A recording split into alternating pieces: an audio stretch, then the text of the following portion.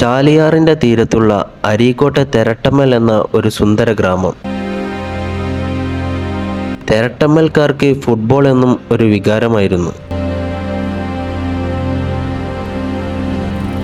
മഴക്കാലത്ത് ഗ്രാമത്തിൻ്റെ വലിയൊരു ഭാഗം വെള്ളത്താൽ ചുറ്റപ്പെട്ട് തുരുത്തായി മാറുന്നത് കൊണ്ടാണത്രേ തിരിട്ടമ്മൽ എന്ന പേര് വന്നത്.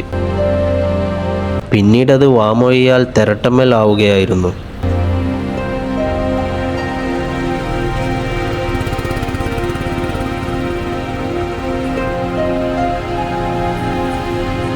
ചെക്കുന്നമലയുടെ താഴ്വാരത്തിൽ ചാലിയാറിൻ്റെ തീരത്തുള്ള ഈ തെരട്ടമ്മലിന് അതിൻ്റെ കലുഷമായ ഭൂതകാലത്തിൽ നിന്ന് കൈമറഞ്ഞു കിട്ടിയത് ഒരു പന്താണ്. ഫുട്ബോൾ എന്ന് സായിപ്പ് വിളിച്ച പന്ത്.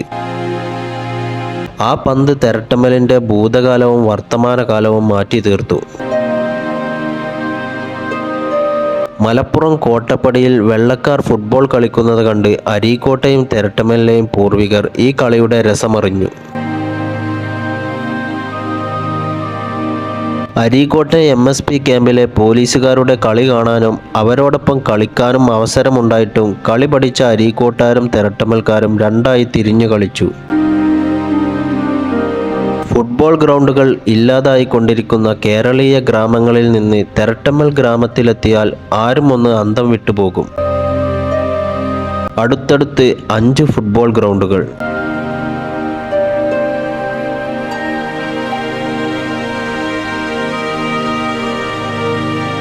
ഏതാണ്ട് 300-ലേറെ കുടുംബങ്ങളാണ് തെരട്ടമ്മൽ ഗ്രാമത്തിലുള്ളത്.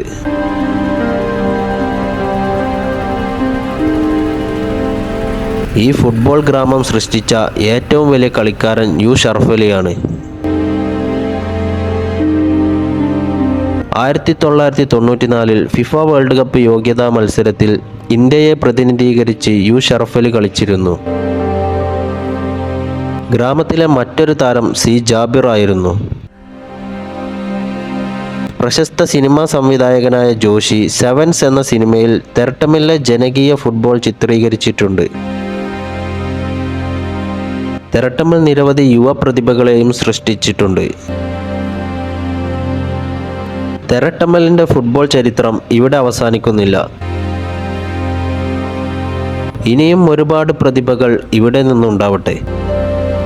ഭാവിയിൽ ഫുട്ബോൾ ചരിത്രത്തിലെ ഒരു ഭാഗമായി മാറട്ടെ എന്ന് പറഞ്ഞുകൊണ്ട് ഈ എപ്പിസോഡ് ഇവിടെ അവസാനിപ്പിക്കട്ടെ.